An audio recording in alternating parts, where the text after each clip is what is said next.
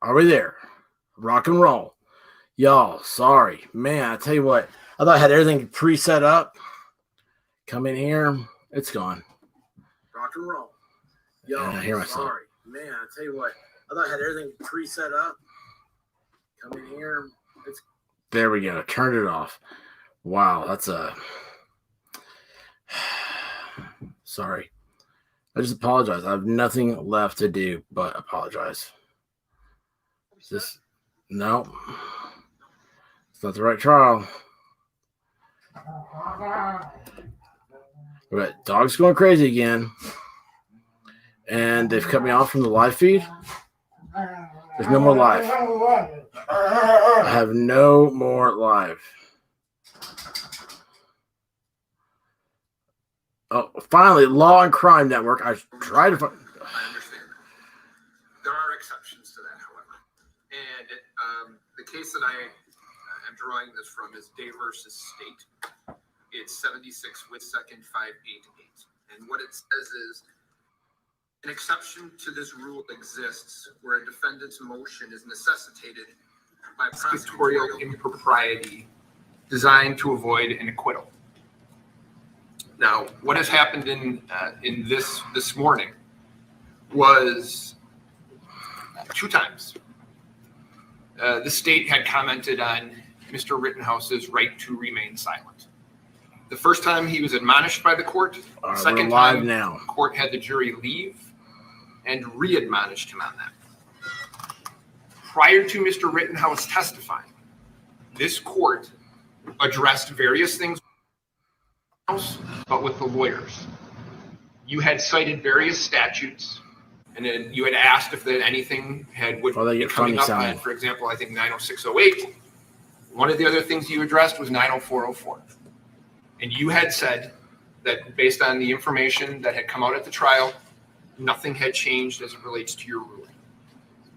Shortly thereafter, Mr. Binger stated, and we looked it up, previously, he said to Mr. Rittenhouse, previously indicated that you wish to have your aid someone's property. In violation not only of Why is that the messing prior up? ruling that you had made, but the ruling that very day, that very morning. It appears to be that there are two really elements the court must consider when making a determination on a mistrial for what amounts to prosecutorial overreaching. And the first one is intentional in the sense of a culpable state of mind in the nature of awareness that his activity would be prejudicial to the defendant. I would argue to you that that's clearly aware of that. You had warned him, you had told him prior to Mr. Rittenhouse testifying that these things, certainly the 90404 was off limits. You had warned him about the infringement on his constitutional right to remain silent. He's trying to get a mistrial. I'm telling you, the prosecutor's trying to do a mistrial. The second one, I think, requires some action by the court in terms of a finding. The second one says the prosecutor's actions was designed.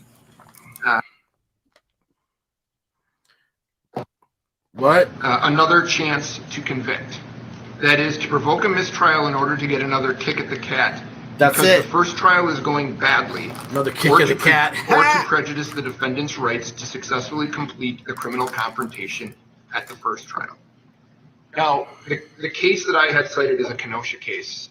State versus Coping. Opening? Yep. 100 with second, 700. Copening? Yes, sir. In that case, the court didn't make findings regarding my role to sit here and say who's winning. I don't think that's necessarily what I'm supposed to do. But I think the court has to make some findings as it relates to the bad faith on the part of the prosecutor that the actions that oh my gosh, were done in bad faith. This is the judge's phone. It was the judge's phone. Elements for mistrial with prejudice. This is the greatest trial in the history. And I think under the circumstances, based on what I put forth on the record, I would certainly ask the court to consider those. Motion, What is wrong with that? prejudice. Thank you. Thank you. State? I would like an opportunity to more fully respond to this with a little bit of research. At first blush, though, and I reserve the right to present case law and additional sites to the court, but I do want to point out for the record that the defendant has presented interviews to at least one media source and at least one online source since his arrest. And there have been questions about that night. There have been questions about what he did, things like that. He has decided, probably on advice of counsel in those circumstances, not to give a statement in the media about what happened. But he is talking about his family life. He's talking about his friends. He's talking about the circumstances of the case. He's talking about how this has affected him and things like that. So my point in asking those questions was, you have agreed to talk to the media. You've agreed to talk about yourself. You've agreed to give interviews. But until now, this is the first time you're explaining your actions. And so I wasn't referring to his in-custody statements. In fact, I never asked either detective about what the defendant told them. He actually starts to tell them some things, and then he says he wants a lawyer, and they stop him. They Mirandize him first, by the way. Then he starts to tell them some things, and he says, but I want to talk to my lawyer. And they're like, okay, we're Nick done. Rakita So is I'm not referring awesome. to that. I didn't ask any questions of the detectives about that. He calls the guy but on the left since big boy. this, the defendant has spoken to the media. He looks like Bob's He big has boy. talked about his life, about circumstances related to this case. He just hasn't given his exact version of events that night. So his voluntary discussion to speak to the media has nothing to do with the Fifth Amendment. That is his own decision. And if he's going to pick and choose what he wants to talk about in those voluntary interviews with the media, then I think that's fair game. It doesn't implicate his Miranda rights. It doesn't implicate the Fifth Amendment. He's making his own voluntary choice. Well, wait a minute. You don't think he could give an interview about his awards he won in high school, or his demerits that he got, or his and about his sports activities and his swimming and that, and declined to answer any questions about the incident in question, and that somehow a waiver of his right to silence? I think he's doing more than that, Your Honor, in these interviews. I don't know. I knew nothing about them. I never, I haven't seen I haven't seen probably 1% of all the evidence, which is pretty typical, as you know. So I have no way of knowing it. And you have some interviews that he gave to media or to whatever. Yeah, there's an interview that we're looking at on our computer right now from the Washington Post, where he talks to them. I know there's one, I think it's either the New Yorker or the GQ magazine, where he speaks to the reporters also. And he doesn't go into specific details about what happened that night, but it's not like it's talking about school or swimming or things like that. No. Just don't leave it at, he doesn't go into specific details. I mean, it's certainly, there could be a waiver, but a very modest discussion about the activities of that night. And if you're suggesting that occurred, that could make a big difference. But even a small discussion on his part of the night in question might be a full waiver. I don't know, but I won't know until I see it. But why don't you make copies of it and? Can we have a few minutes to Well, we won't do it right now. I do agree with you that this is not something that I would want to do sitting here without giving you an opportunity to respond. Although I would be interested in your preliminary response to the excluded evidence that you touched on after having been told not to do it, or having been told that I was confirming my prior rulings. I do want to just point out right now, we've got it on the screen. This is a Washington Post article, and there's reference to an interview that he says, the defendant says he did not regret having his gun because, quote, I would have died that night if I didn't, end quote. So that's a direct quote from the defendant to the media about that night. What about that? Your Honor, All I can say about that interview is there were prior counsel representing him. I don't care about that. Well, and I believe it's a telephone interview. I don't know anything about the circumstances of that. I'd have to read the article. Well, that might make a difference. And what about the, Hey, you're asking questions about excluded evidence? Your Honor, I just lost my feed. we went over this earlier, and I don't want to repeat myself because I know you've heard me, but if I could just summarize. I did hear you talk about that evidence this morning before testimony. The defendant then took the stand. He admitted that he had said to the person in the yellow pants that he had pointed the gun at that person. I have seen that video. It was actually introduced by the defense. I think it was even in their opening statement. And there's this person who confronts the defendant and accuses him of this. Frankly, I didn't hear the defendant's reaction. I thought it was someone making an accusation and then the defendant walking away as if trying to avoid a confrontation. I was surprised to hear the defendant admit in his testimony, on direct, by his attorney, that yes, I did tell that person that I had pointed the gun at them. He explained then that he was joking when he said that. So this is why Evaluate that. everybody It says, goes to his credibility. you know, I can't talk because there's It goes to his decision making. pending That is, again, legal this is stuff innocent happening. that night, so it's not something that happened separate in time. It presumably happened a few minutes before.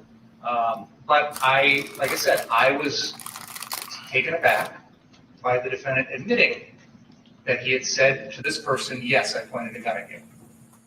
And I think it's fair to say that watching that video, that person, believes strongly that this happened. The defendant is telling him it happened. Now the defendant today is giving us a different version and saying, oh, I made it, I was joking, I was just kidding that guy or whatever. I'd like to probe that. I'd like to probe what he said to that person. I'd like to probe what his... I'm confused here. motivations I'm were, following et cetera. him I'd as saying probe two whether, in different fact, he instances. really did do that. And I think that changes the equation with regard to the CDS video that was the subject of the other act's motion. Because in my mind, it is very similar. And I know we've disagreed on that, and I'm not going to belabor the point, Your Honor, but that was where I was coming from, was there's been a change in the testimony of the defendant today that I think makes that evidence. It's admissible and much more relevant than it already was, and I thought it was already relevant. And the court is, I do want to be clear So also. I'm just here on the sidelines, just Well, yeah, I had made a ruling that the evidence wasn't coming in, and you decided that it was. if I could just respond to that briefly, Your Honor, I was about to say, I did not interpret your ruling as an absolute. We've had three. Your ruling is an absolute. I'm going to talk to a judge. Look at the judge's face. Evidence. Look at his face. I I did not determine your judgment as an absolute. Oh, jeez. There was. Don't get into other subjects. Come on, what you're telling me, you're an experienced trial attorney, and you're telling me that when the judge says, I'm excluding this, you just take it upon yourself to put it in because you think that you found a way around it? Come on. If I may finish, Your Honor, I was about to say, your ruling on our three motions and other acts motions there were some gradations there. You were clear that some things were absolutely out, and then you left the door open. Let me tell you.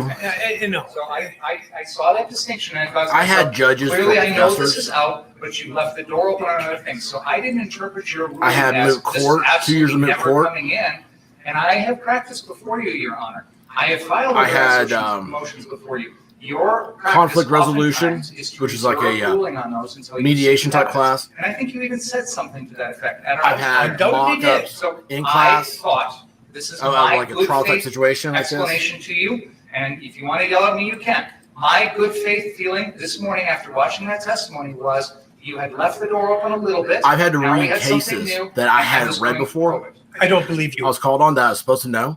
There better not be another incident. I'll take the motion under advisement. And you can respond. He's already said that there going to be another incident. Let me tell you, this. When you say that you were acting in good faith, I don't believe that. Okay. Oh. Let's proceed. Oh gosh. Everybody in good faith. All right. Oh my gosh. I hope Booger has another job lined up. Yeah. Your Honor, Yeah. I do have another item that I want to raise before the jury comes in and raise it with you. There was another ex motion with regard to the defendant being at Pudgy's Bar after a court appearance in January in which he poses for selfies wearing a shirt that Yeah, we says all saw this. "Free We all as saw fuck." the selfie shots. I would like who to doesn't ask take the selfies at defendant Hooters? if he posed for selfies after a court appearance with members of the public wearing that shirt. I do not intend to talk about who those people were, what groups they were affiliated with, or anything along those lines.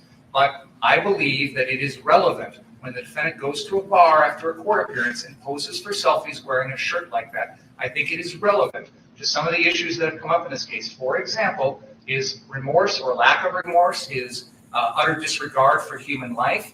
Those are things that I think it comes into play because I think that behavior is not consistent with someone who has a regard for human life. The jury's already watched him break down on the stand with emotion. I'd like to probe how heartfelt and sincere these emotions are when you go to a bar and you pose for selfies with people, when you're out on bond in a first-degree intentional homicide trial wearing a free as fuck shirt. So, as I said, I want to use the photograph. I'm not going to talk about any of the people or who they were from. In fact, the photograph I'm going to use has actually got their faces blocked out. So we won't see any of the people in the crowd. We'll just see the defendant standing with a group of people for a selfie with that shirt on. That's as far as Oh my gosh. I hope that handle this issue. Nobody got an opportunity. First of all, you've made a ruling on it, and it was clear prior to him testifying. So part of this is, would we have raised it? Would we have brought it up if we would have known that it was going to be coming in? We have done there's been nothing to open this door, Judge. Nothing that has been said to open the door about what happened 4 months after this is relevant in any way to what happened that evening. That is part of what the court had ruled. What does that matter? You had said 4 months after. I don't see how that goes to any 90404 type of admissible evidence. So my argument is, A, you ruled on it previous to him testifying. You confirmed your ruling, which you had made previously, where Mr. Binger just said you had shut the door on it. So apparently he doesn't believe a door that is shut should stay shut. However, now he's asking that something be admitted that, to be fair, this should have been brought up sooner. This jury, I did the voir dire. I would have voir dired on an issue of whether or not they heard it, saw it, were aware of it. Oh man, this guy's how they good. felt about it, whether it had an impact on their ability to be fair in the case. We never went there because of your prior ruling. So there's nothing that's opened this door, and I don't think it's relevant. Something that happened 4 months later. He talked about indifference to human life. This feed Not 4 sucks. months later. There's nothing that's relevant about that. You've already made your ruling. I ask that you stick with it. I'm struggling with why it would be relevant to any of the issues in this case. That's true. It's a 4 month if you later. were on trial for using exquisitely bad judgment, if he were on trial for behaving in a very offensive way, then I could see the purpose. But an incident that occurred 4 months after the incidents in question, I don't see how that jury can work with that in reaching any conclusions about the issues in this case. First of all, Your Honor, we have introduced evidence that the defendant had a slogan on his TikTok page, "Bro, I'm just trying to be famous."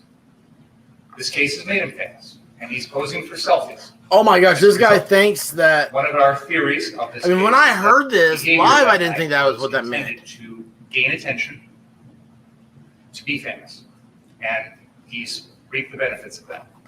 Second of all, he is on trial, in my opinion, for. I knew when everybody was saying this stuff about the prosecutor, I knew he was a snake, man. that he's not legally entitled to have, coming down in violation of curfew, running around the community with that gun, trying to be a police officer when he's not, confronting protesters. These are programs they have in every community. And all of those behaviors, I think, are exquisitely bad judgment. Police ask the jury for can help. make that decision. The jury can give what. Do you weight they remember want see to something, this say evidence. something? But it's moments after he has a court appearance here. He's out on bond in this case when he decides to do this behavior. And nobody made him do it. Nobody forced him to go to the bar. Nobody forced him to wear the shirt. Nobody forced him to pose for selfies. It's his own decision making. When I made reference to exquisitely poor judgment, I was talking about at the incident when he was wearing the shirt. Because everybody in all of humanity at one time or another displays bad judgment, sometimes exquisitely bad judgment. And we don't let it into people's trials on unrelated matters. So I wasn't referring to his having had good or bad judgment on the day in question. That's a legitimate inquiry, and you're being allowed to present a lot of evidence on that subject. And the jury is going to be instructed in some of the element of some of the crimes that are charged here is going to deal with the caliber of his judgment. But you're talking about an incident that occurred 4 months later. So I'm not seeing it, and I don't want to waste any more time. If you get a speeding ticket today, I don't think so. I've ruled before. does that mean 4 months from now the police see It you? was sought to be admitted earlier for a different. They ought to go ahead and automatically pull you over It was because sought you sped before? to be admitted earlier for a different purpose than it is today. The court has ruled that it can't be admitted for the prior purpose, but I'm seeking to introduce it for a different purpose today. Look at the defense. Thank you. Okay. Are we ready to go? Oh, the request denied. Awesome.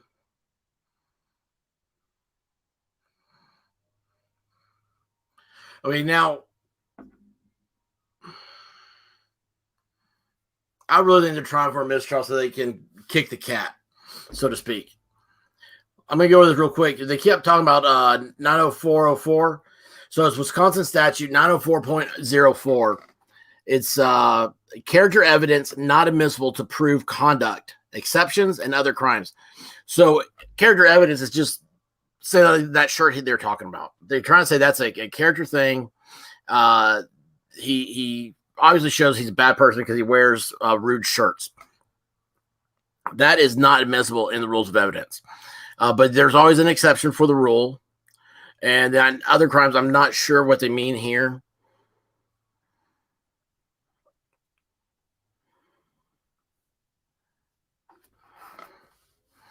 Oh, this Wisconsin wrote this beautifully. So their opening sentence in this statute explains everything I was just trying to say. Evidence of a person's character or a trait of the person's character is not admissible for the purpose of proving that the person acted in conformity therewith on a particular occasion. So if you've got well, let's say, guys, it's Manson, Charles Manson. He had a swastika on his forehead, okay? But then, like, there's a fire at a house, and he runs in and he saves 25 black Jewish women that are gay. Whatever it is. Everything goes against him, right? But one dies, and they say that one dies because of his hate for black Jewish women and his past, and it's evident with his tattoo that that's his character. You cannot bring that up to say that he left that one person. He saved 25, but one person died. That swastika is not evidence that he's a bad person in the instance at the moment. He may be an asshole the rest of the time. But remember, we're talking about a specific moment in time. And a moment's supposed to be like a minute and a half. We're talking about fractions of seconds.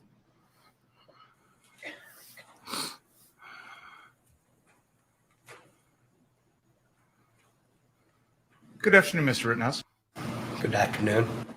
You testified earlier that there were times that evening when Mr. Rosenbaum big boy? had threatened you. Is that right?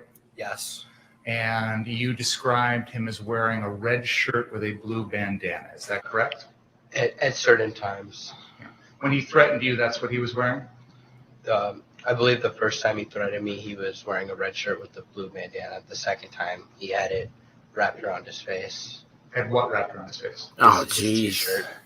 So I he hate wasn't booger. wearing a shirt the second time around. Correct. And you indicated at one point you thought he had a chain in his hand? I believe so.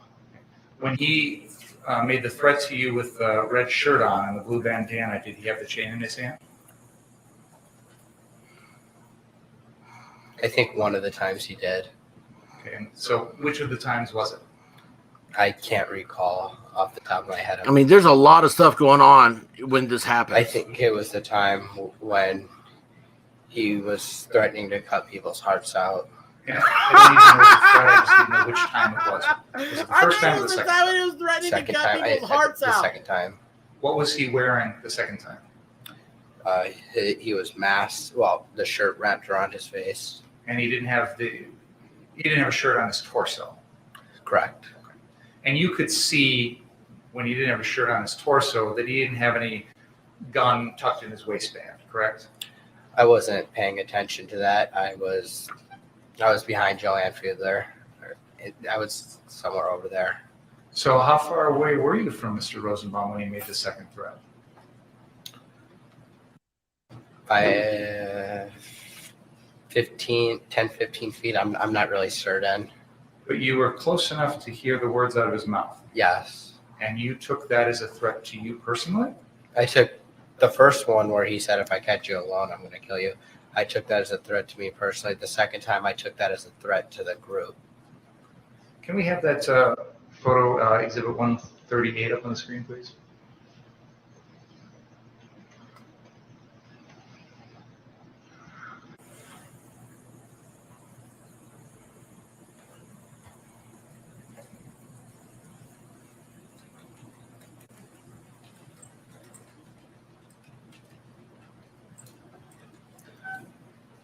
Do you see Mr. Rosenbaum in this picture?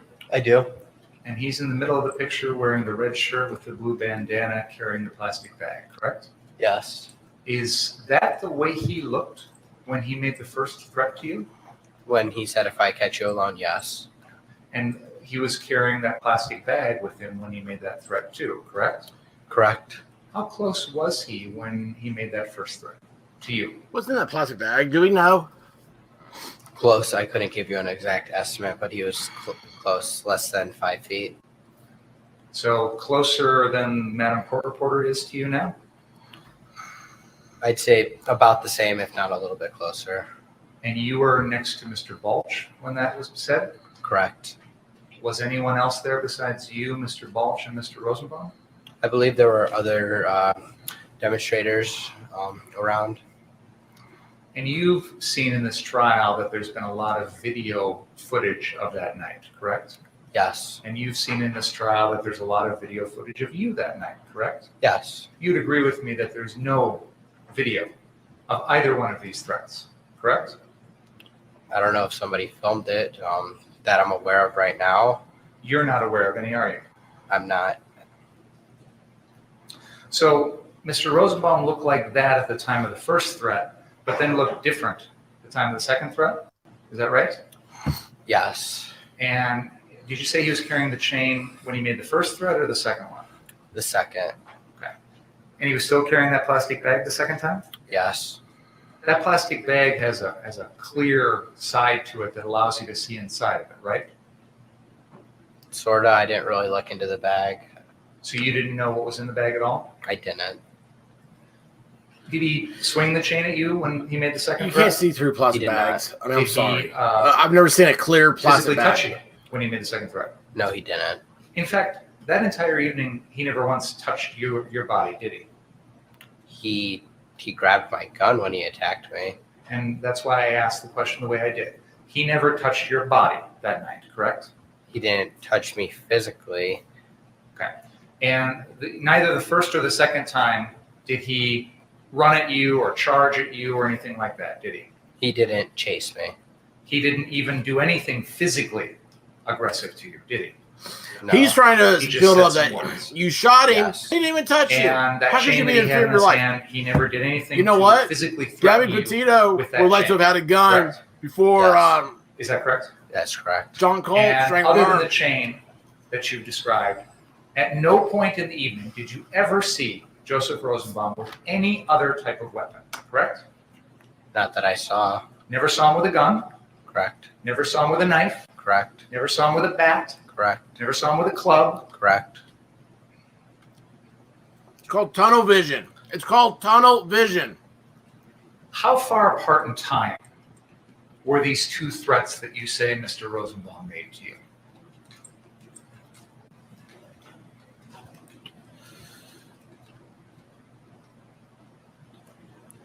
I want to say I can't give you a definite time. I wasn't looking at my clock, but I'd say within the same hour. And both of those threats occurred while you were on the 59th Street property? The second threat happened at the corner, and the first threat happened towards Ruther Central High School. Okay, could you use that laser pointer and point out on that map where the first threat occurred? The first threat happened right here in front of the building. So you're pointing at a location that is by the 59th Street car source on the south side of that property, along the building and Sheridan Road on the west side of the road. Would that be accurate? Yes. You said there was a second threat within an hour after that, correct? Yes. Where was that threat at? It was somewhere over here, I remember, like on the other side of the property towards Ruther Central. More towards the northeast corner of that same property. Correct. But you were still on the car source property when that second threat was allegedly made, correct? Yes.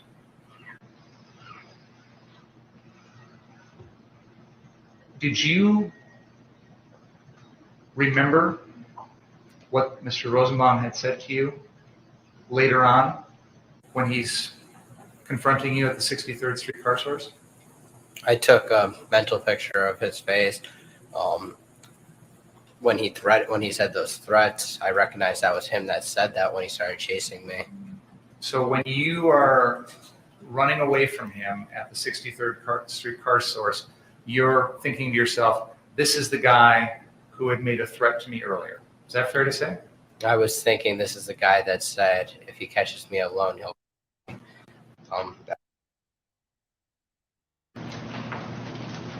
The reason I asked Mr. Rittenhouse is, how did you know it was the same guy when he's changed the way he looks? His appearance, the shorts, his height. But in both of those instances that you've described, he's got something covering his face, either the blue bandana in one instance or the red shirt in a different instance, correct? He was wearing the red shirt when he chased me around his head. So you remember that from the second time you say this is the same guy. Yes. So when you eventually were getting to the point where you're going down to the 63rd Street car source right before the shooting, you recognized him as you're following him down the street, didn't you? I didn't follow Mr. Rosenbaum down the street. He was in front of you. You know that now, right? I know that now. But you didn't see him ahead of you as you're walking down there that night? No, it was dark out.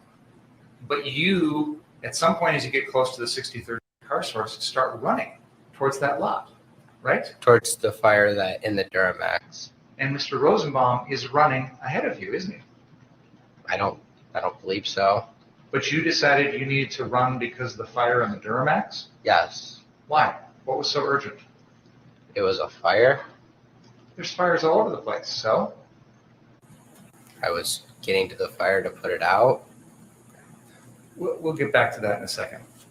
You indicated that while you were at the 59th Street car source, you said you put out church next door. Is that right?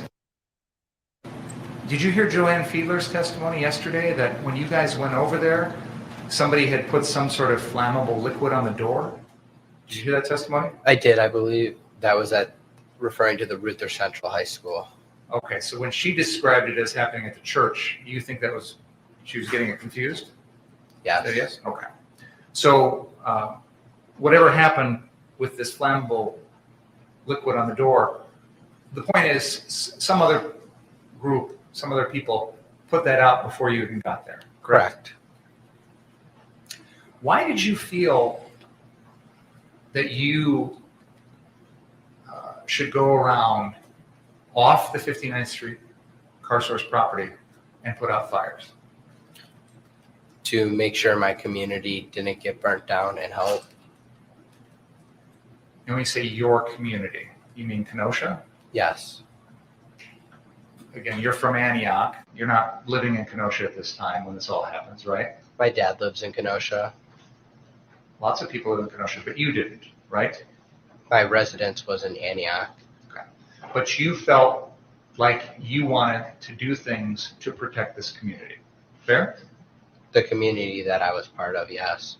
And you felt like it was appropriate for you to take matters into your own hands to put out fires, for example. To put out fires by using a fire extinguisher, yes. Even though they weren't on the 59th Street property, correct? Correct. And were there other things that you decided it would be appropriate for you to go out there and take care of off the 59th Street property that night? I was walking around and asking people if they needed medical help. So you felt that you wanted to go out and help people, help protect people, help people feel better, treat people, things like that, even off the 59th Street property. Provide first aid. Normally in our regular society, that's something that we call 911 for, right? Normally, yes. Where are we headed? I think that the defendant's decisions to go off that property and involve himself in other matters are relevant, Your Honor. Well, I'll let you pursue it, but And that's exactly how these shootings happen. So that's what the trial is about. which is why I Go think it's relevant. ahead. Go ahead. Go ahead. Normally, we would, if there's a fire, if there's somebody committing a crime, you call 911, right? Normally, yes. You didn't feel like you could do that night, correct? I don't think that I saw from the nights prior that the fire department wasn't responding to fires. Well, the nights before, there were businesses on fire along 22nd Avenue. There's the car source, large-scale property fires on the prior nights, correct? Yes. On the night of August 25th, we didn't have any fires like that. We just had a couple dumpsters, smaller things, right? That I saw, yes. I didn't hear you, sir. That I saw, yes. But regardless of how big the fire is, you felt that night that calling 911 was not an option, correct?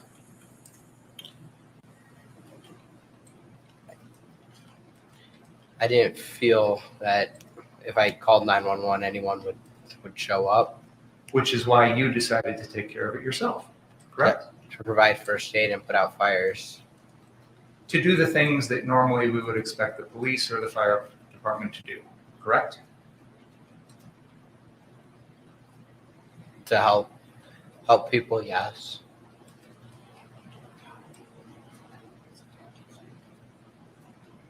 Could you please move that microphone a little closer so we can make sure we hear everything you're saying? You can adjust it if you need to move it a little closer. Thank you. Okay, well, permit me to interrupt for just a moment. How's the temperature? How many are comfortable the way things are? I've been talking through a muted Okay, mic. I just not realized. The other side.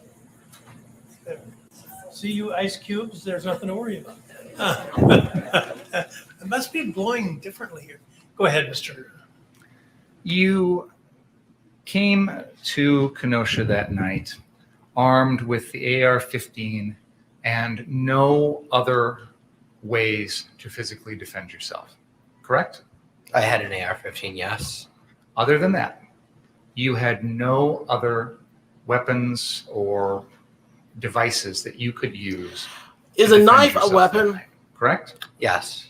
There's an interview in which you say And before you're you think not about that one, carrying is anything a non-lethal. hammer You recall a weapon? that? I do. You indicated in response to one of your attorney's questions that there was no friction with the protesters that night. Did I understand you correctly? By friction, you mean? Well, I'm using your words, sir. I heard you say in response to your attorney's question that there was no friction with the protesters that night. Did I hear you correctly? Yes. I just You're thought a knife is describing not a weapon what unless you it is observed you have the when intention you were at the to harm. 59th Street car source. Fair enough?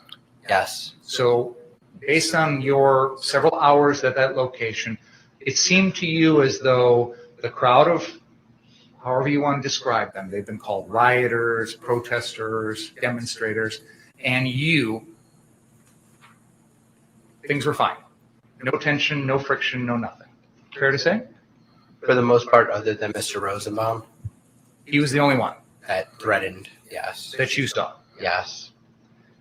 Can you please play exhibit number 18 at the geez. 1 hour and 22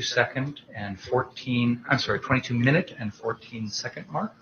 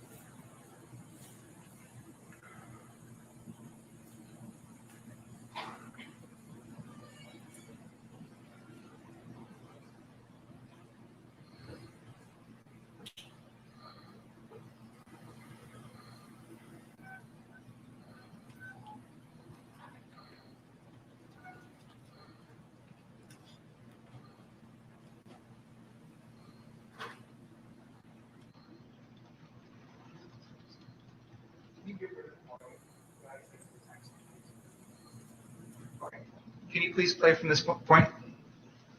And militia are up there.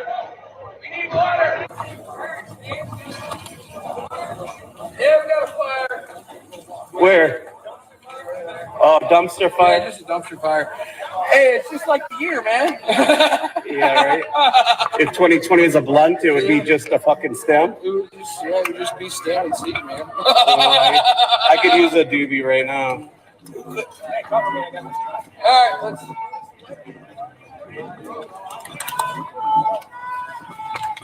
Morning. How's it going? You guys want to fuck around and find out? Hey. Reel in. Don't cause problems when there's none here. No, we heard that somewhere else. Didn't Yeah, we? that's true. Just stay on your property. Otherwise, there's way too many of them.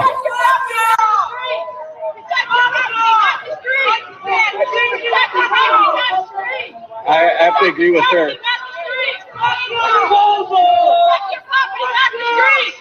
Protect your property, not the streets. Protect your property, not the streets. I have to agree with her. Yeah, they shouldn't be on the street. Hey. They're just protecting their property. One of the guys is an asshole. I know. I thought they were yelling at them. I was like, why? Oh, no, Well, we did because they lit it on One fire. of the guys losing his patience. He should go inside. Yeah, that's what we're about to send him. Yeah, if you guys could switch him out. Just somebody's a loose cannon. He's got a lot of rage. He says the wrong thing. This whole crowd burns you guys alive. Protect your property. Just keep it there. Hey, let's keep it moving, guys. We're not handling fuck the police. Dude, he's just trying to protect his property.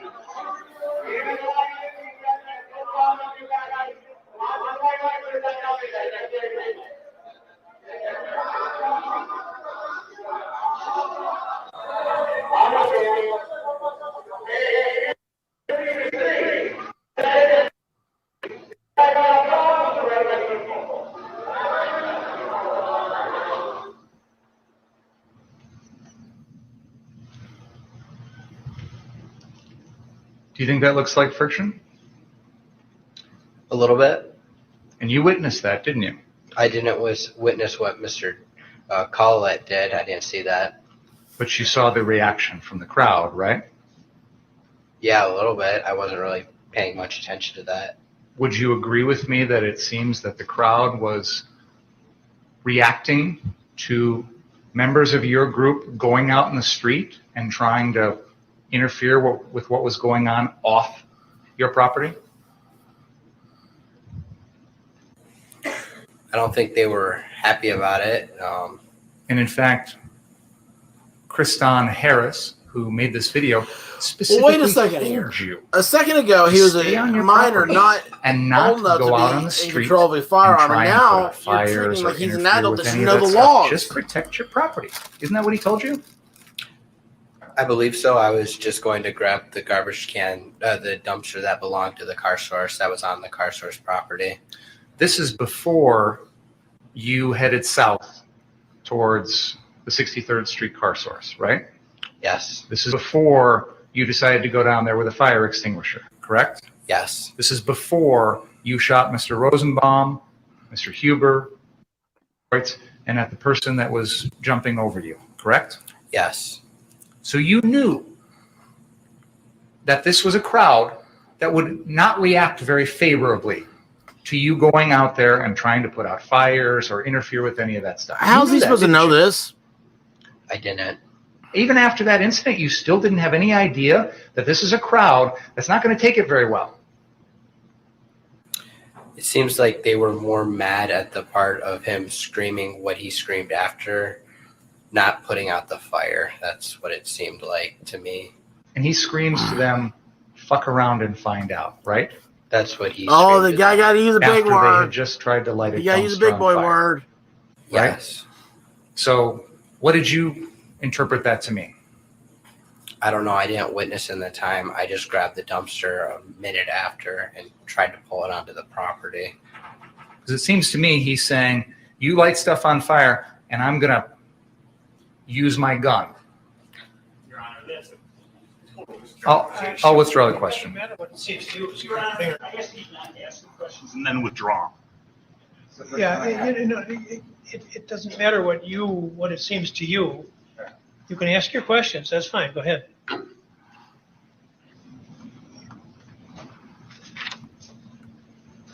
It was shortly after that incident that we just watched where you were interviewed by Richie McGinnis, correct? Yes.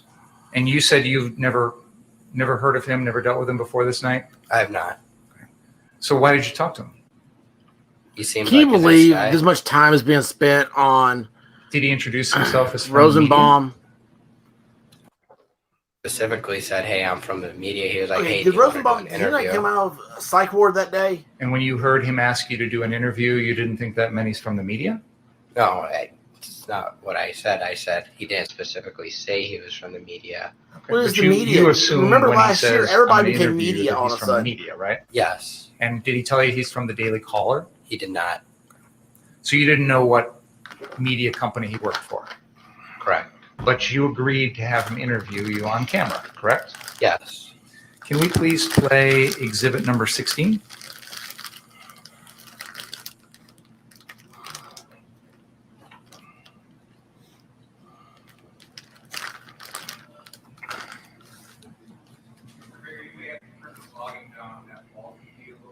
That one up there?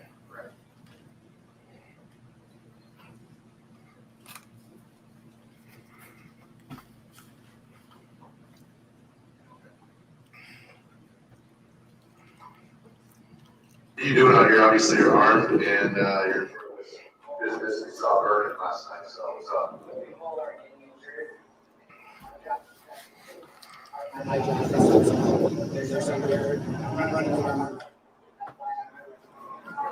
I mean, he looked like such a kid right there.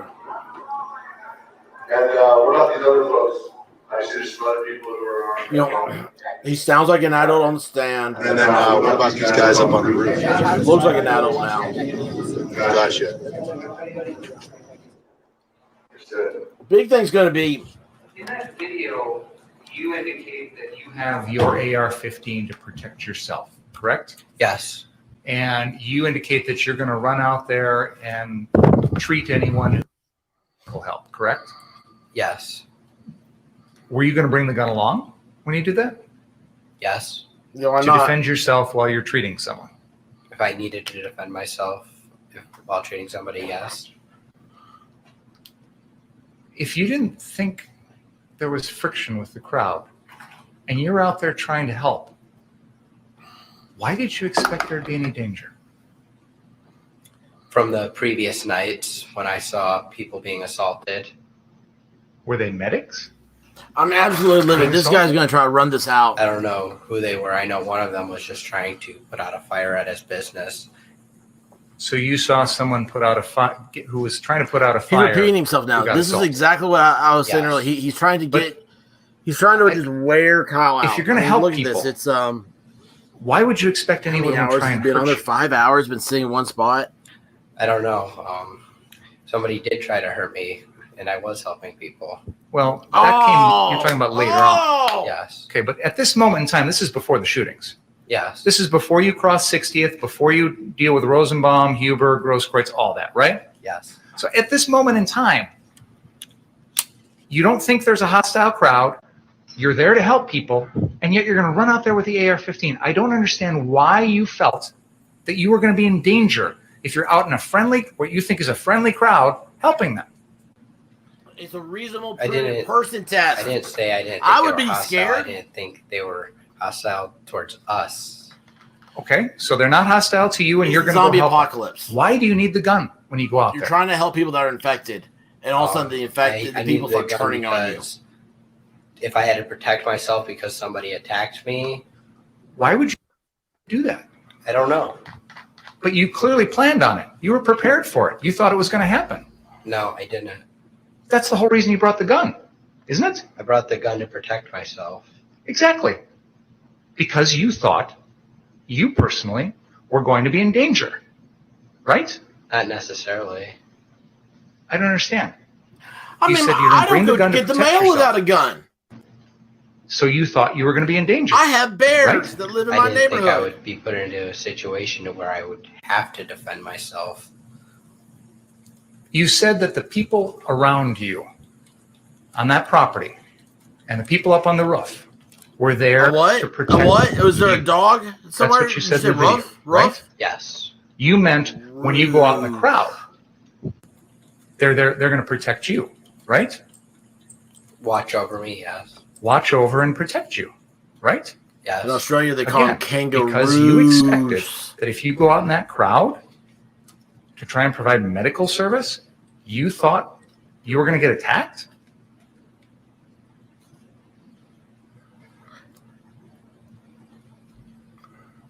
The possibility is always there. They Possibility. were to watch me. They were on the roof to watch me, and if somebody was to attack me in their view, they could say, "Hey, Kyle, watch out." They've got AR-15s. Yes. But they're not here. We Object. talked earlier You need about to the fact that object. the AR-15, you can't use deadly force to protect the building, right? You need to The object. AR-15 was to Object. protect you, right? That's what you just said. Not the AR-15. I said they could shout down to me and be like, "Hey, Kyle, watch out." So they're just carrying This around has the nothing to do with AR-15s this for case. no reason? I don't know why they're carrying around the AR-15. Oh, that's so great. Oh, that was beautiful. Can we play exhibit? This is the end. At the end of this video is where you invite Mr. McGinnis to follow you and Ryan Ball. Yes. And you invited him to do that because you want, I think you said on, when your attorney was asking you questions, that you wanted him to film you while you were out in the crowd doing your thing. Fair? I said it was okay for him to film me. Let's play exhibit 17, please.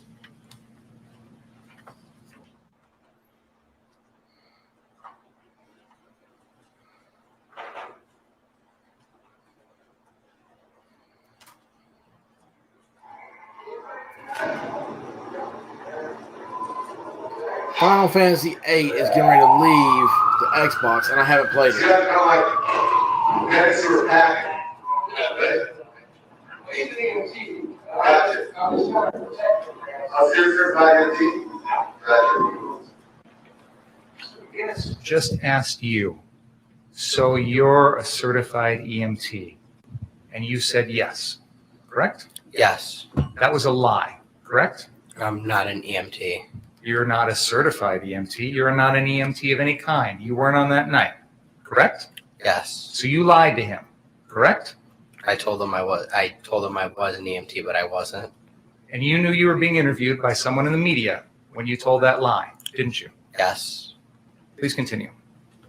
And do you work as an EMT normally? So remember, they're trying to impeach him and make him seem like he is a liar. They're trying to establish that he's a liar right now because he told somebody he was something he wasn't. So you got to remember. I mean, you got to ask Booger, the prosecutor here, be like, so what'd you tell your wife when you met her? Can we back up 10 seconds, please? You never said And then said just pause something, right you know, I don't know, maybe We just a heard fib or a tall tale, a voice a little say white something lie. to you, Mr. Balch, about people throwing rocks or something along those Did lines. she ever ask I don't you really how? I need to know exactly what they said, but did you hear that voice? The police officer from the Bearcat, yes. That's what I was going to ask. That's She ever one of asked the you how large law a foot enforcement is? officers in that Hold your armored hands like, vehicle how that you're large is a walking foot? past, correct? And you, Yes. And this, say, oh, hey, what we're baby. watching in this video happens a few minutes I mean, after come on. those same Let's Bearcats have had fun come with to the 59th Street property and handed you some bottles of water, correct? Yes. And they say to you something to the effect of, we appreciate you guys. Do you remember that? I do. That's when you were on the 59th Street property and you were acting like you were guarding that property, correct? Yes. So how did it make you feel when the police are letting you pass the lines, they're warning you about people throwing rocks, they're handing out bottles of water, they're telling you that they appreciate you? How'd that make you feel? I didn't really care. I was thankful for the water because I had OC stuff, gas in my eyes, but I didn't really You were notice attacked. or care. It didn't make you feel like they approved of what you were doing? No. It didn't make you feel like you're emboldened now to go out there and act on their behalf? No. Let's play the video here, please.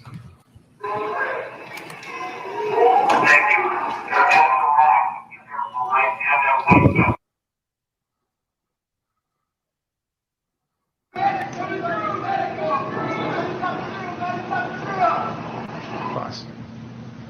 You yelled something friendly. I'm not sure how many times, but you yelled friendly out. Yes. This is, if I can use the pointer, you are crossing on the west side of Sheridan Road. You are crossing south across 60th Street here, heading across the police line, which had barricaded across 60th and Sheridan. Fair? Yes. You understood at this moment that you are now entering a crowd of whatever you want to call them, protesters, demonstrators. Your attorneys called them rioters or looters or whatever. That's who you're going to now be part of. You're going to be in that crowd, right? I was walking through. I announced myself as friendly and that I was there to help them. Because you had to do that to warn these people that, hey, I'm on your side, right? I told them that I was friendly. Because if you didn't say that, you were worried they would see you as hostile, correct? Can you re-ask your question? Sure. I'm trying to Absolutely. understand. If you're going to go up to Dominic Black or Ryan Balch, you don't need to tell them you're friendly because they know that you're friends, right? We don't tell this to our friends. Yeah. We say friendly to people that aren't our friends, people that might be hostile to us, right? Yeah, I said it to them because they were throwing rocks at me, and when I told them I was friendly, they stopped throwing rocks at us. And to be accurate, they were The throwing at the police. Bearcats, not at you. Yeah. One of them hit one of the armored vehicles and bounced off towards you and Mr. Balch, right? Yeah, It didn't do any damage to that armored vehicle, did it? not that I'm aware of. I mean, can you imagine trying to harm an armored vehicle with a rock? That's pretty hard to do. I right? saw it done on Die But they Hard weren't- with no one was throwing C4. rocks at you, but you were kind of in the ricochet line of fire. It's fair to Yeah. say? Yeah. So you wanted to let these people know that, hey, I might look like I'm on the other side, but I'm really friendly. Fair? I wasn't on any side, but I didn't say that. I said that you might appear to them. I mean, that was what you were worried about, right? When you said friendly? And I notice you looking over at your attorney a lot. Can you, I'm trying to ask you, when you are doing, He's looking directly at Mr. Binger, and I'm behind him. He accused Mr. Rittenhouse of looking at his attorney. Does he want him to look at the ceiling? I'll continue, Your Honor. You, at this very moment, announced yourself as friendly because you were worried that the people on the other side of that street would see you as hostile. Fair?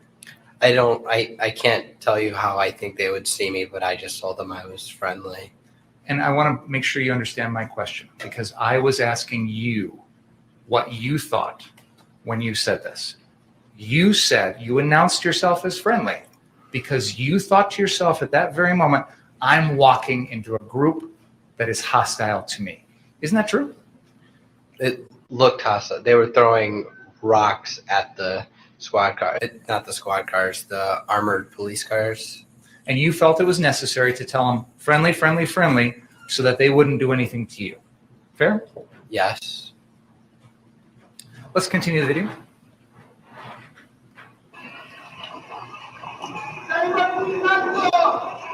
Anybody need medical?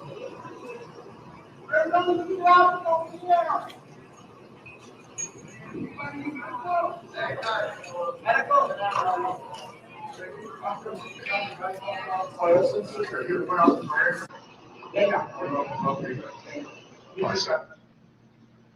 There's a person that comes up to you carrying a skateboard. Do you see that? I do.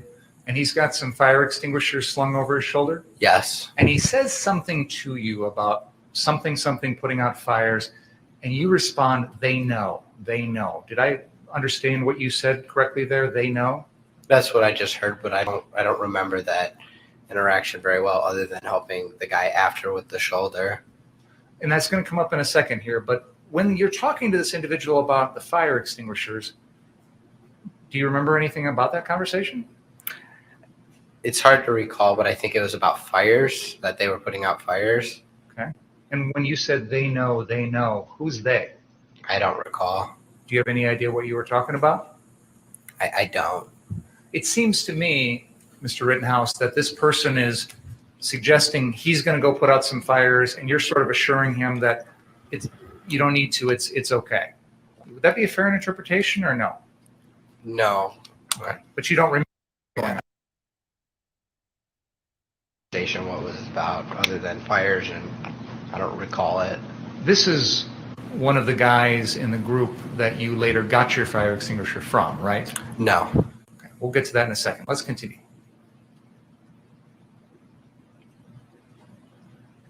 Brian, can you continue? You good?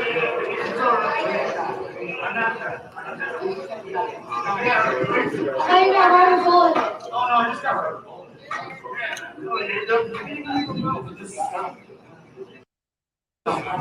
Well, peppercorn never hurt nobody. It's a little spicy, that's all. Yeah, a little salsa.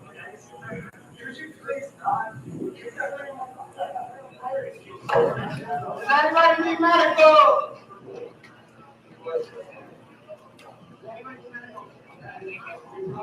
I think someone's got some medical weed, I'll tell you that. Does anybody need medical? You're walking around asking people what's around if they need medical. And you talked earlier about treating a couple, I don't know, somebody at the 59th Street car source, right? Minor injuries. Minor injuries. When you were walking around outside that property, when you're out in the street announcing what you're announcing, did anybody respond and say, yeah, I need help from you? Yes. When was that? I don't recall an exact time, but somebody cut their finger open and I gave them some gauze and some bandage tape. Was that before or after this? Do you remember? Before. Where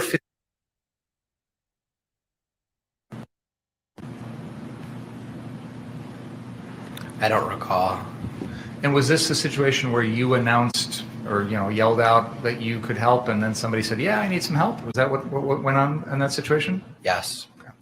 As you're walking along here, from this point until the end, until you shoot Rosenbaum and Huber and Grosskreutz, no one in this crowd ever says to you, "Yeah, I do need medical. Come over and help me." Correct? Yes.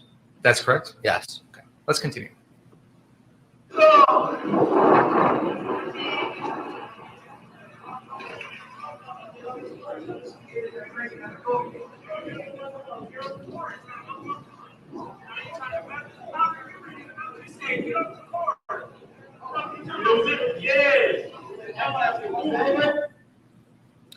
This is the individual who accuses you of pointing your gun at them, right?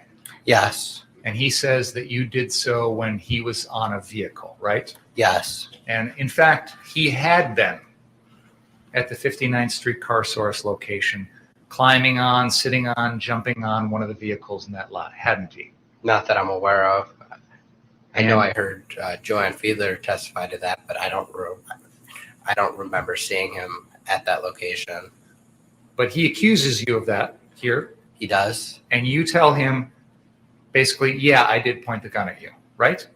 I shrugged it off and said, yeah, I did, sarcastically, meaning I didn't, but I just didn't want a confrontation. So I was like, I did, and walked away. Why did you lie to him? I didn't lie to him. I was using sarcasm. The words you said, yeah, I did, those weren't true, were they? Your Honor, this is ridiculous. We're now fighting over sarcasm. This is a murder trial. He says sarcasm. He says it's a lie. And it's hard to examine on it. Go ahead. When you told that individual, yeah, I did point a gun at you, that wasn't true, was it? I didn't point a gun at him. So why did you react to him that way in that particular moment? I thought that would be the best way to avoid conflict. I just said, yeah, I did, sarcastically, like, I don't know what you're talking about. What conflict were you trying to avoid? Any conflict, if he would have got, like, he was accusing me of something I didn't do, so I thought the best thing the best thing to do would be to walk away instead of getting into some argument. So, but you didn't just walk away. You said to him sarcastically, yeah, I did. I said sarcastically, I did, and walked away. Because you were worried about a conflict. What conflict were you worried about? A verbal argument. This individual is clearly saying to you that he's unhappy because he thought you pointed your gun at him, correct? Yes. And you can understand why someone would be upset when you point an AR-15 at them, correct? Yes. You knew that even before this, right? Yes. In fact, back at the 59th Street Car Source, that crowd that you've described as not having any friction, many of that crowd got upset because they thought people in your group were pointing their laser pointers at them. Do you remember that? I saw it in the videos, but I don't know what other people were doing. I'm not saying anybody actually was. I'm saying the crowd was upset, and you knew that. You heard them complaining, correct? Watching the videos, yes. And even at that time, that night, you heard the crowd upset because they thought members of your group were pointing their laser pointers at them. Do you remember that from that night? Sorta, yes or no. I remember Ryan Balch saying something like telling the people to stop pointing their lasers at people or something. I don't really remember that. Ryan Balch was telling the people in your group to stop doing that. The people on the roof who were part of your group, right? That were there, yes. So you know, when we're talking about laser pointers, we're talking about the sight at the end of some guns that helps, almost like this, right? If somebody does this at me, you know, that could be someone pointing a gun, correct? It could be seen as that. And that's what the crowd was complaining about, right? Yeah. So you knew from that crowd incident, and you certainly knew from this incident, that when people have guns pointed at them, it can really escalate the situation, correct? Yeah. I don't think anybody had lasers on their guns. I think. Yeah, but let's go back to your group at 59th Street, because you actually didn't know any of those people other than Dominic and Nick Smith, right? Yes. You had just met Ryan Balch for the first time 3 or 4 hours before this video, right? Yeah. You had just met Jason Lakowski for the first time, just actually only a few minutes before this, right? Because he didn't get in until 10:45. Correct. So at this point in the video, I don't know, this is probably about 11:30 or so at night. I met him about 35 minutes prior to that. And probably had only spent, what, 10, 15 minutes at all in the same location as Jason Lakowski before you walk south? Yes. So again, Jason Lakowski was someone you'd never met before that night. Correct. And you barely spent any time with him that night, correct? Correct. And of course, the people up on the roof, other than Dominic Black and Nick Smith, you didn't know any of them before that night either, correct?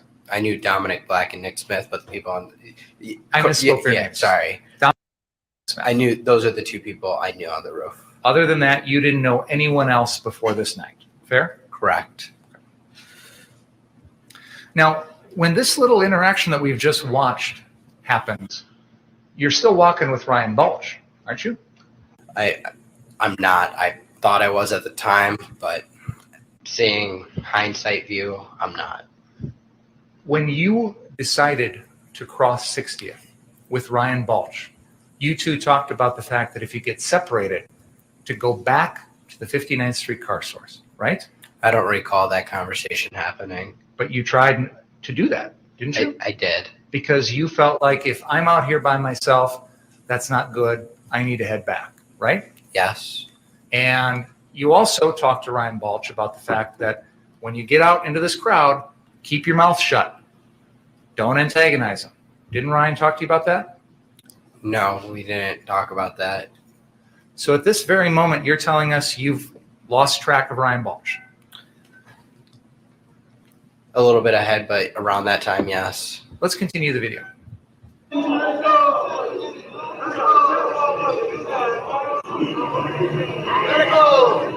Well, yesterday or today? Pause. You have just walked off the screen, heading east across Sheridan Road to the Ultimate gas station, correct? Yes. And at that point in time, you don't know where Ryan Balch is, correct? When I stop and look around, yes. And instead of deciding to head back at this point, you go over to Ultimate Gas and you talk to some folks over there. Fair? I walk over to the Ultimate gas station. I walk around and I try to see if I can find Mr. Balch. And you couldn't do that. No. So then you decided to approach the police line and cross back, correct? Yes. Because you decided your best course of action at that point would be to return to the same group that you'd been with, correct? Yes. Now, at that moment in time, the police had pushed everybody south of 60th, right? Sorta. I don't really know if there were. You say south to 60th? I said south of 60th. Oh, okay. Let's go back a little bit. We watched that interview with Richie McGinnis where he first comes up to you and talks to you, right? Mm-hmm. Do you remember that? Yes, And you're standing there at the 59th Street property, aren't you? I am. And he talks to you about what you're going to do, and you're going to run out and help people, things like that, right? Yes. At that point, the police had already passed with all the Bearcats and MRAPs and armored vehicles, right? It's what it looks like, yes. And they had established a line on 60th and Sheridan, correct? Yes. And they pushed all of the protesters, demonstrators, rioters, whatever you want to call them, all of them south of 60th, correct? I don't know if I can honestly answer all of them. I don't know. I believe there are some people still north down Sheridan and in the put across the street.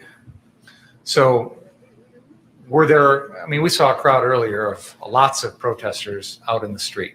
That group, the numbers had dwindled quite a bit. Yes. Okay.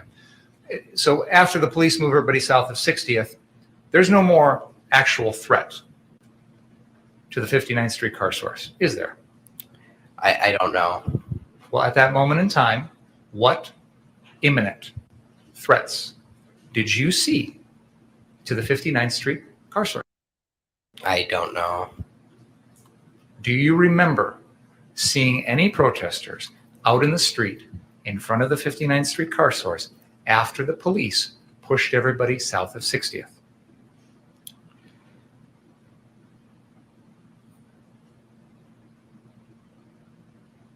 I believe there were some across the street, but not many. I can't recall completely. And that was just 2 or 3 people, right? I don't know how many people. None of those people came across the street to the 59th Street car source, did they? I don't know. If they did, I would have walked off by now. So you didn't see them come across the street? I did not.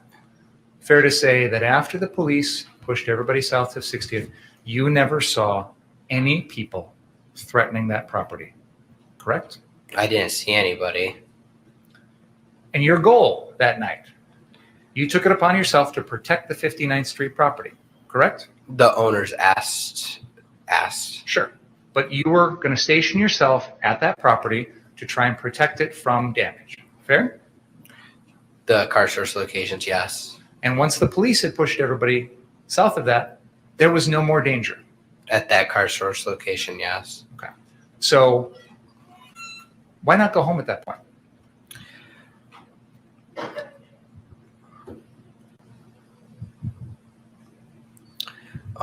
Because the police were still pushing people back, and then they were backing up, and I was still helping people provide medical first aid. Okay, so the police had established the line at 60th with their Bearcats at that point, right? Yes. And there was no indication that they were going to reverse and back up and move back north again that you saw, correct? No, they did it earlier in the night where they did the same thing. Right, but this is at 11:30, 11:40 at night, and they've established that, the police have established that line, and as far as you can tell, it's going to stay there, right? I don't know. And you talked about trying to provide medical help, but there's no one around that needs medical help at the 59th Street car source at that point, is there? Not that I noticed. So you don't have any purpose there anymore, do you? Other than So why not go home? because I was going to help people provide first aid and medical assistance. But that wasn't the reason you were there that night. You were there that night to protect the 59th Street car source. It was one of the reasons I was there. Part of my reasons of being there was to protect the car source properties and provide first aid and medical assistance. So you went out in the crowd, like we see in this video, looking for anyone who needed your help. If somebody if somebody said they need help, I would have helped them. So why go with Ryan Bulge? Because you're safer and better in Paris when there's somebody else that's also with you. So when you crossed 60th, you were worried about your safety. A little bit. Even though you think this is not a hostile crowd and you're there to help them, you were still worried about your safety. That's why you needed Bulge to back you up, right? I said I didn't think they were hostile towards me. I didn't say that they weren't a hostile crowd. So let me rephrase my question. That's to take that into account. You didn't think this was a crowd that was hostile to you personally, and you thought you were going to help them, but yet you also felt you needed a backup, an armed former Army infantryman to protect you. Fair? Yes. And yet when he's gone and you can't find him, you don't immediately go back, right? I looked for him for a second, and then I think max I looked for him for like 3 minutes, and then I tried to go back. And when you couldn't straight across the police lines, did you decide to try and go around the police lines? For example, the Ultimate gas station is here at 60th and Sheridan. Why didn't you walk down the street here and go over this way and around? I don't know. Why didn't you go west over this way and go around? I don't know. I guess it was very close in time that I was heading back, that I was turned down by the police before I got the phone call from Dominic Black. So I guess I didn't have time to really think like which ways I can go around. You knew the layout of downtown Kenosha, right? Because you said you drove that area the whole time, right? A little bit. So you go over to the Ultimate gas station and you spend some time talking with folks that are there who are similarly dressed as you. They've got similar clothing, similar weapon, things like that, right? Similar weapons. I wouldn't say similarly dressed. But you went over there because you felt that those were people doing something similar to what you were doing that night. Fair? I thought that would be the safest spot for me to go. Why did you think you'd be safe with those people? Because I was alone and they were, like I said, you're better in pairs. And I didn't want to be alone in that situation. You didn't want to be alone out here with this crowd that we see on the screen right now. I right? did not want to be alone with them. You wanted to be with the group at Ultimate Gas that had AR-15s like you, right? I wanted to be back at the car source where there weren't people around. Right, and we've talked about that, but initially you go to Ultimate Gas to look for Ryan, yes. But you also talk to people who have AR-15s just like you, right? I wouldn't say I talked to them. I asked, after the phone call, I asked the guy for a fire extinguisher to come with me.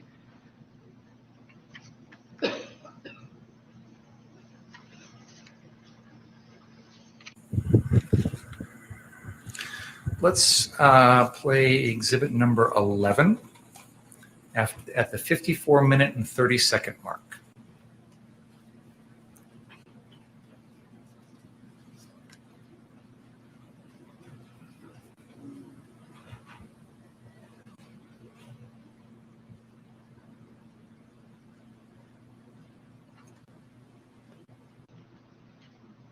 This is the Corey Elijah live stream when he's in the Ultimate Gas lot.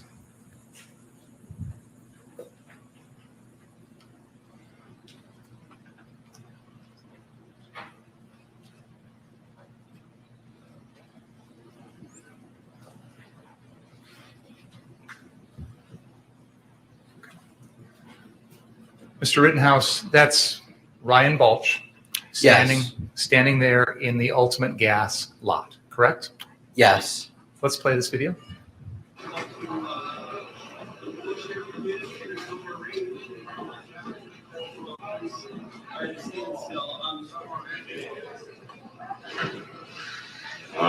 Fireworks down there.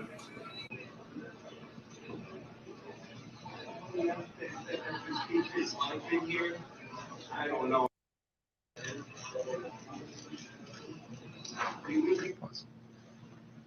We just saw you run through this video, correct? Yes. I started this video at the 54-minute and 30-second mark. It is now paused at the 54-minute and 56-second mark. So for 26 seconds, Corey Elijah has Ryan Balch on screen, center of this video during that entire time, right? Yes. And you run right past where Corey Elijah is standing, right? Yes. And Ryan Balch is loitering there in the middle of the screen for at least 26 seconds, right? That's what it looks like on the screen. And your testimony is you were trying your best to find Ryan Balch at the Ultimate Gas station at this point because you needed him to protect you? I was looking for Ryan Balch, but I didn't notice him as I was running away, running towards car source 3. But for 26 seconds before you start running, he's standing right there, isn't he? Yes, and when he's standing right there, before I run with the fire extinguisher, I'm over here on the phone with Dominic Black. How long was your phone call with Dominic Black? About 30 seconds. Okay, so before that, you'd been looking for Ryan Balch? Before that, I tried to get back to the car source lot number 1. And you'd also been looking for Ryan Balch? Seeing if I could see him in the crowd of people. Because you wanted a partner, a buddy to protect you. To protect each other, yes. And in fact, when you borrowed that fire extinguisher, you asked someone in that group with you, right? Yes. Because you wanted someone there to protect you when you go down and put out what you think are some fires, right? Yes. Because you know that you're running into a crowd that is not friendly to you, right? No. That's why you had to say the word friendly, friendly, friendly, because you knew this was a crowd that would not see you as friendly, correct? I screamed friendly, friendly, friendly because somebody screamed burn inside. I'm talking about when you crossed 60th. You yelled at them. At that time, yes, but And no one in the crowd is yelling burn inside or anything along those lines, are they? not at that time. And you also wanted someone from that group to come along with you when you're going to go down and put out a fire, because you knew full well that anyone running around like you putting fires out is going to cause a reaction in the crowd, a hostile reaction, correct? I didn't think it would cause a negative reaction. I wanted somebody to come with me because you're better in pairs, and I thought there were other people at that car source before I got there. Well, Dominic, if you're telling us that Dominic Black called you to run 3 blocks down the road to put out a fire at the 63rd Street car source, then you must have known at that moment that there wasn't anyone else down there, right? Why would you need to go if somebody's already down there? Mr. Black said to me on the phone, "Hey, they're setting fires at the other car source. I need you to get down there and put out the fires." It must not have, I don't think it, I took it as there's not other people down there. Why would you need to go 3 blocks down if there were already people there? No. He's asking a question. This witness doesn't know the answer, whether there are people there or not. He's told us he thought there were. So I'm probing the basis of that and his understanding at the time. You can answer if you understand the question. I'll repeat the question. Why would you need to run 3 blocks down to the 63rd car source if you thought there were already people there? I thought there were people there, but Dominic asked me to go down there. I thought that was to help put out the fires that were down there. Video that we're watching is minutes after you've left the 59th Street car source, right? Yes. And when you leave the 59th Street car source, you're with Ryan Balch. Yes. And then this reporter, Richie McGinnis. Yes. And as far as you know, Man, if you when guys leave knew what was 59th going Street car on source, everybody in your group is still back there, right? in my life. At the car source. At 59th Street car Yes. source, everybody's still back there. Yes. Joanne Fiedler, Yes. Dustin Collette, Dominic Black, Nick Smith, Jason Lakowski, anyone else, they're all still there, right? At that location, yes. So none of your group is already down at 63rd Street car source, right? The other group that showed up after we got done taking the pictures with the, I think I said 2 or 3 vans, I believe they were still down there. And that was 2 or 3 vans of people that came out with what have been described as melee weapons, right? Like bats and clubs and things like that. Do you recall that? First of all, do you recall that testimony? I do. Do you remember seeing those 2 or 3 vans come to that location? I do. Do you remember seeing people get out of those vans? Yes. He has this I think there were 30 minutes ago. They, in total. And you saw them with weapons? I saw them with rifles. I don't think I remember melee All right, back. weapons. They were armed. correct? Yes. And you believed that they were going to be the ones protecting the 63rd Street car source, correct? Yes. So at this point in time in the evening, had anybody told you that those folks had left the 63rd Street car source? No. So when you're running with this fire extinguisher, you think there's already a group that's designated to that spot that's still down there, right? Yes. So again, why do you feel that you needed to run 3 blocks down there with a fire extinguisher if you thought there were already people down there protecting that property? Because Dominic called me and asked me to go help put out the fires down there. And in that phone call, Dominic never told you that any of the members of the 59th Street group that you were part of, he never said any of them were down there at 63rd, right? Yes. And he never told you that the group that was supposed to be down there, he never told you anything about them, whether they were there or not there. He never mentioned them. Fair? It didn't come up. And you asked the people that you got the fire extinguisher from to come with you, right? Yes. You were looking for Ryan Balch for backup, right? I was looking around for him, yes. You had already tried to go back to the 59th Street location, right? Yes. And all of those failed. Yes. So then you decide to take it upon yourself to head down to 63rd Street to put out fires. Fair? I wouldn't say that. I would say I went to go put out the fires that I was there to do. When I say protect the property, I mean by like put out fires. So I went to go put out the fires. I just believe there were people there. And you brought your AR-15 along. Yes. Why? Because it was with me already. Yeah, but you'd taken it off early. Reading someone, you gave it to Joanne Fiedler, right? Yes. So you know how to take it off, don't you?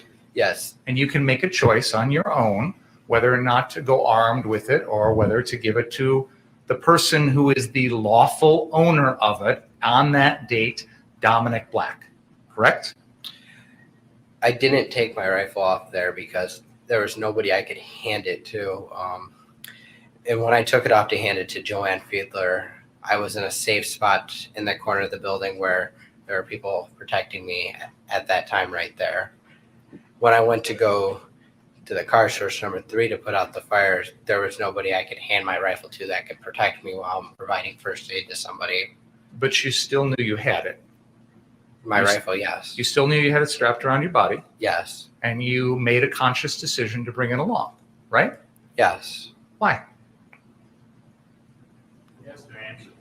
He gave an answer about how he already had it, and we go through on that. So, Did you hear the question? I did, but I don't really understand what. well, was it simply that, well, I've already got it strapped on, so I might as well bring it along? Is that what you're telling us? You decided to bring along the AR-15 because, well, I've already got it? Is that your answer? I don't think I was thinking like, hey, I'm going to take my rifle off. I wouldn't have because there was people around that could have stolen my gun, and I didn't.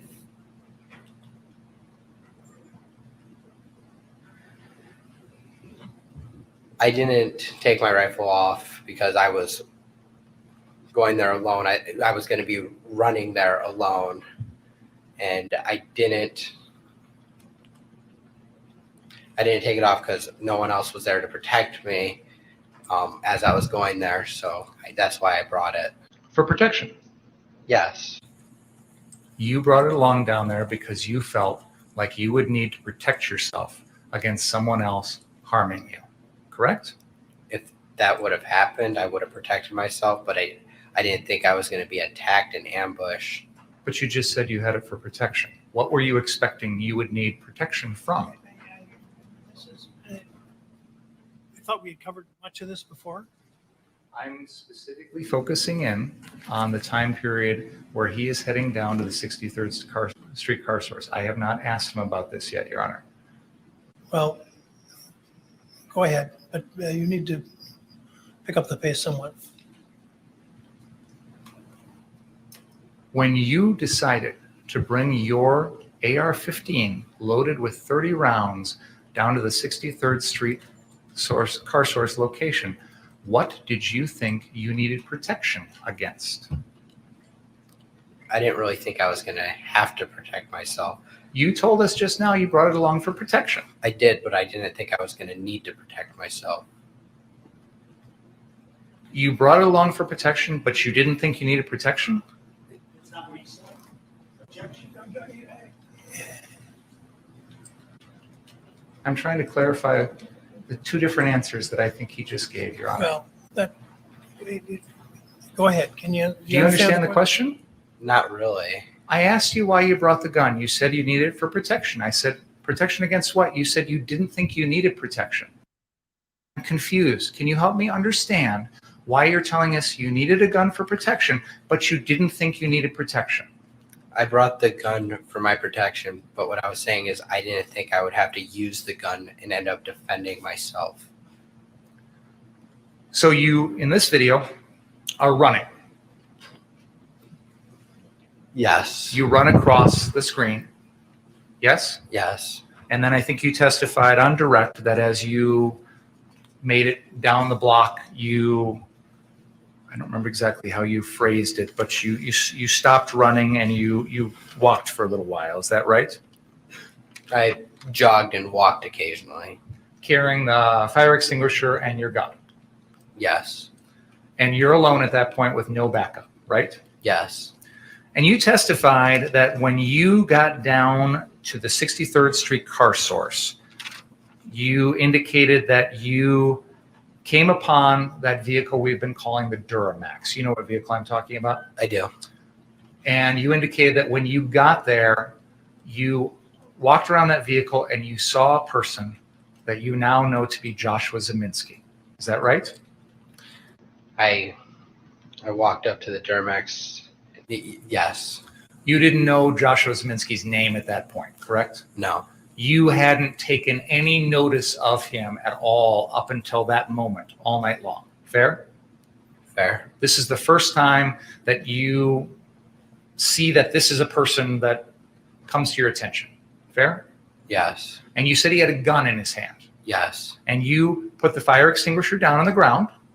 I dropped the fire extinguisher. And then you hear or see Mr. Rosenbaum coming from behind you. When I get to the Duramax, I step forward, and then Mr. Zeminski turns towards me, and he steps towards me. I drop the fire extinguisher, step back, and that's when I see I go to run back towards 59th Street. And Mr. Rosenbaum is coming. And then that's when I notice Mr. Rosenbaum running at me, leaving me with no other, right? Mr. Zeminski in front of me with the gun. Mrs. Zeminski right there, a couple feet away, and then some other people there. And then the chase happens. Is that fair to say? Yes. Have you told us everything that you did when that situation just happened at the Duramax?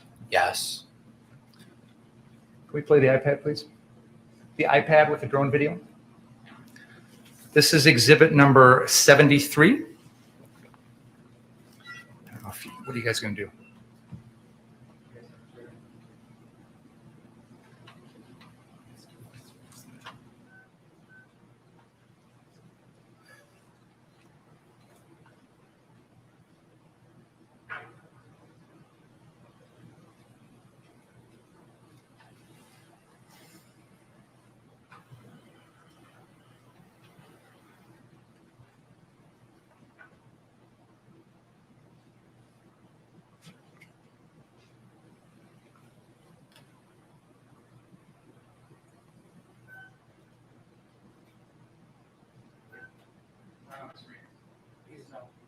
Okay. Okay.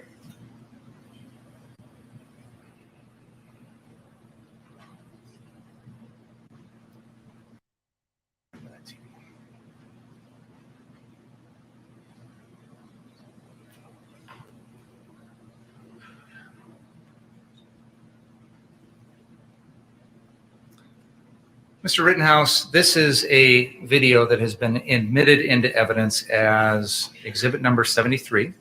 This is a video taken by a drone that was hovering south of 63rd at the time that you shot Mr. Rosenbaum. We're going to play the beginning of this video on the iPad, and I'm going to have Detective Howard use the pinch and zoom feature on the iPad to zoom in on the area. Your Honor, I'm going to object to this, and I'd like to be heard outside the presence of the jury. What do you think? Perfect time for a break, don't you think? Let's take a break. Please don't talk about the case during the break. Read, watch, or listen to any account of the trial.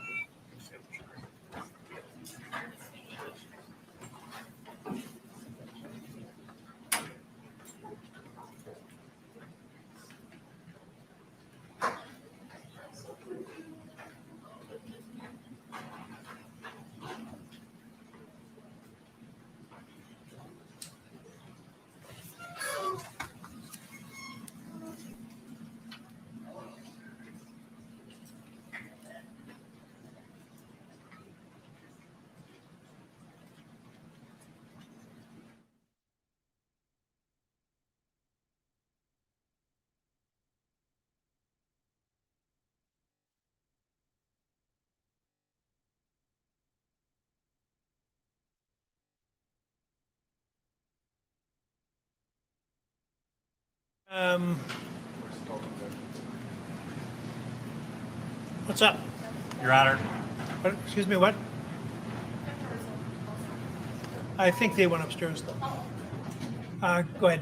Your Honor, I don't know what the state's going to do next, but I suspect that it's something along the lines of they're going to use the iPad, and Mr. Binger was talking about pinching the screen. iPads, which are made by Apple, have artificial intelligence in them that allow things to be viewed through 3 dimensions and logarithms. Logarithms, I don't understand it all either. And it uses artificial intelligence or their logarithms to create what they believe is happening. So this isn't actually enhanced video. This is Apple's iPad programming, creating what it thinks is there, not what necessarily is there. But we had this video enhanced. We have testimony regarding it. And this is one of the topics that came up. I asked my expert, I said, do you know of anything that does something like that? Because that was when Detective Antaramian testified about pinching his telephone. And that's what I was told. And that's what I think this is going. And I don't think that it's appropriate. It's wrong. Mr. Binger? Your Honor, I think everybody in this room has a smartphone, whether it's an Apple iPhone or some other device. And I think we've all taken a photograph or a video at one point or another and used the pinch to zoom in feature. This is a common part of everyone's everyday life. In the olden days, you had a photograph and a magnifying glass, right?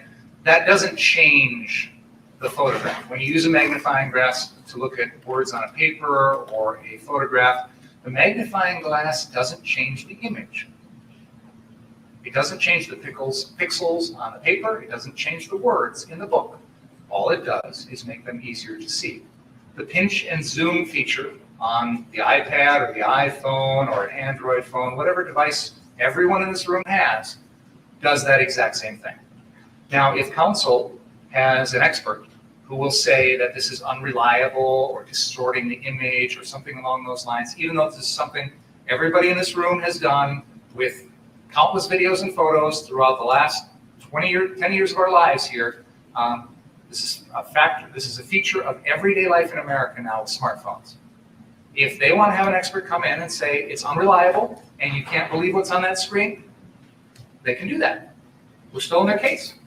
And then the jury can make a decision as to whether or not pinching and zooming on an iPad or an iPhone is tampering with the video or altering the image or unreliable or shouldn't be given any weight. So if they want to make a jury question out of this, they are free to do so. We're still in their case in chief. But I don't frankly understand or agree with anything counsel just said. I've used my phone, I think probably you have too. I think this is something within everyone's common knowledge to pinch and zoom on a screen. And that's what's going on here. It does not change the image in any way. It just makes it like Well, I don't know. When I put the magnifying glass up, then it's enlarging the image. It is not altering the image.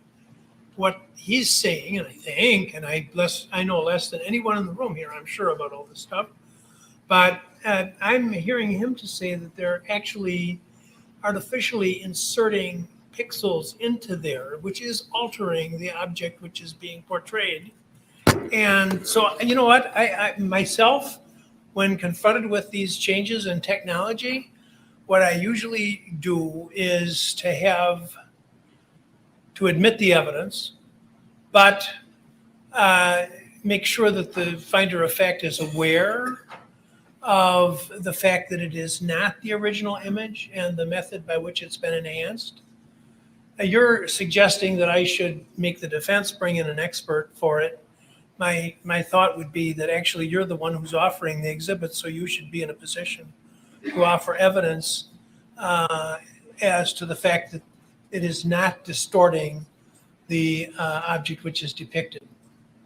I would submit, Your Honor, that I think it's common sense to everyone in this room that that's not what's going on here. And what counsel is saying about Apple software and logarithms and things like that is not something that people in this room are familiar with. I thought I heard the expert say on the stand, and believe me, again, this is not something I'm familiar with, but I thought I heard the expert say that you brought down from the crime lab that in fact that there were alterations made by adding pixels.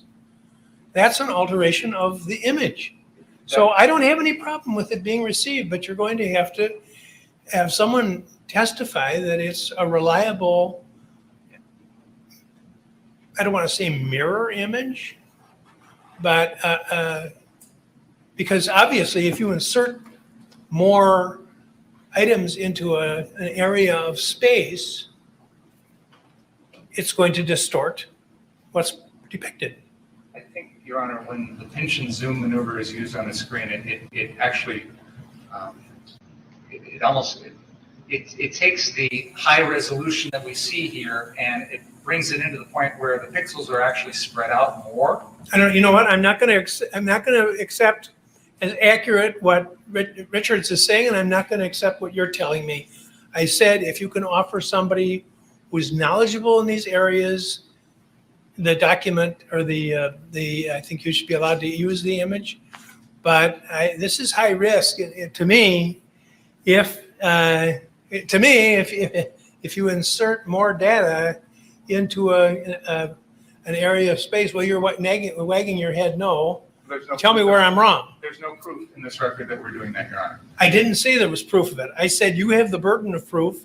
You're the proponent of the exhibit, and you need to tell me that it's reliable. The exhibit's already in evidence, Your Honor. That I know.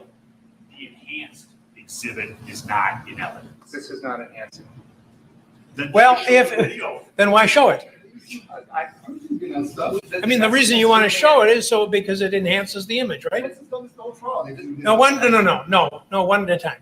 I'll say what Mr. Krause was just saying. The defense has taken videos and photos and cropped them, zoomed in on them on many exhibits in this trial. This is, again, like I said, the magnifying glass is not changing the image. What the expert testified to about his software program was that he uses, I think he called it MFAR5 or something like that. It was a software program he was using to create the additional images or the exhibits that were introduced with regard to this drone video. And he talked about what that software program does. He was not talking about the common, ordinary, everyday pinch and zoom feature on the Apple. They're two different things, Your Honor, and I want to be precise about this because I don't think it's fair to equate the technical video editing software used by the crime lab with pinching and zooming on an iPhone. They're different software programs, different procedures, and I don't think it's fair to extrapolate this.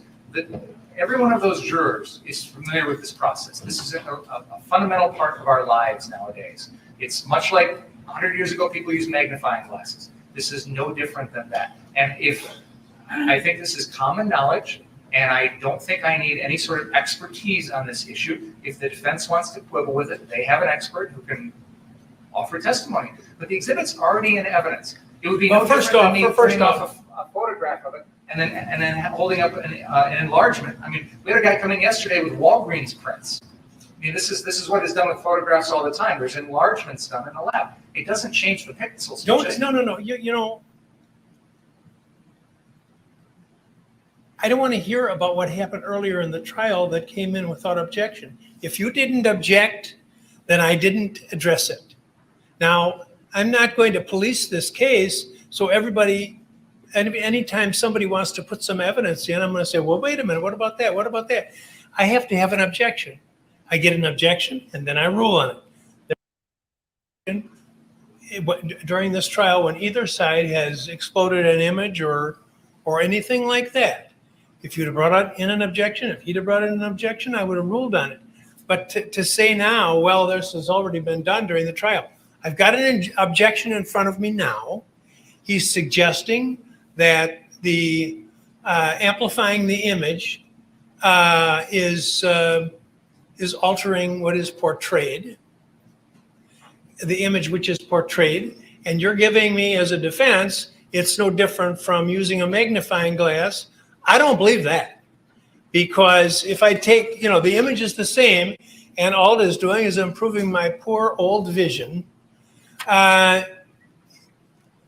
Here you've got someone, to correct me if I'm wrong, I do believe the expert testified that he had inserted, or either him or the device inserted additional pixels into the image. That different program, Aaron. Well, I don't know what kind of a program. I don't care what kind of a program it is. The question is the image in its virginal state? I care about what program it is, Your Honor, because these are technical issues. Mr. Richards has just made representations with no basis whatsoever. Can you slow down? Absolutely. Stage it over. Mr. Richards has just made technical representations with no basis in this record whatsoever. He is questioning a common part of life that we use, everyone uses, every single day. The expert who testified was talking about a different software program, and it does make a difference. I don't know. Well, then if there's going to be an issue, let's You're make the it a shot. proponent. I said before, I'm not going to talk about it further. You're the proponent. You need to assure me before I let the jury speculate on it, that it is a reliable method that does not distort what is depicted. So Okay, so we're going to take a break. I understood you correctly. We can play it now, and then we'll tie it up later. I don't think that's what I said. That's what I thought you said, so that's why I'm asking. Yeah, I don't know. Maybe I did. If I said that, shame on me. I said that we're going to take a break right now. And I said, before I'm going to allow this to be amplified in the way that you want, it is going to have to be demonstrated to me that it's a reliable way to do it. Then we would request an adjournment to do that now. Well, we're not going to adjourn the case now to do that. Well, before I am done with my cross-examination of this witness, I would like to use this video, and I will need some time to make arrangements for what you're asking. So I would ask that before I would like time to do that before I'm done cross-examining this witness, because this is an important exhibit that I intend to use with Well, this it witness. depends. Why don't you get on it right away? And, maybe you can get somebody to testify on this within minutes. I don't know. So we'll take a break. What operating system are they using on the iPad? We can answer that question. You know, Not off the top of my head. thank you. Well, iPad market. okay. Let's aim for 3:20 on that clock, which is, yeah, let's aim for 3:20.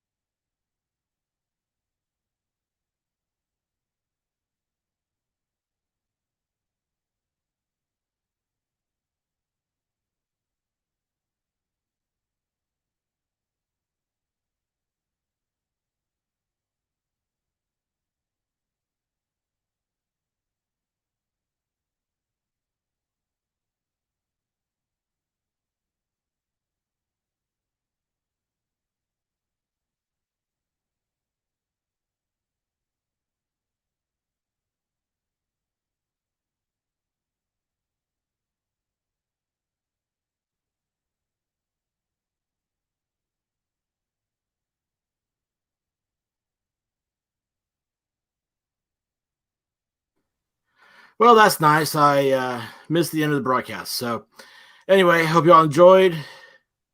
Oh man, one day I'll tell you a story of my life, how hectic the good times are. Anyway, love you guys. Find out what happens. I'm gonna check out Arbery, and please subscribe. That's all I ask. Other than that, peace.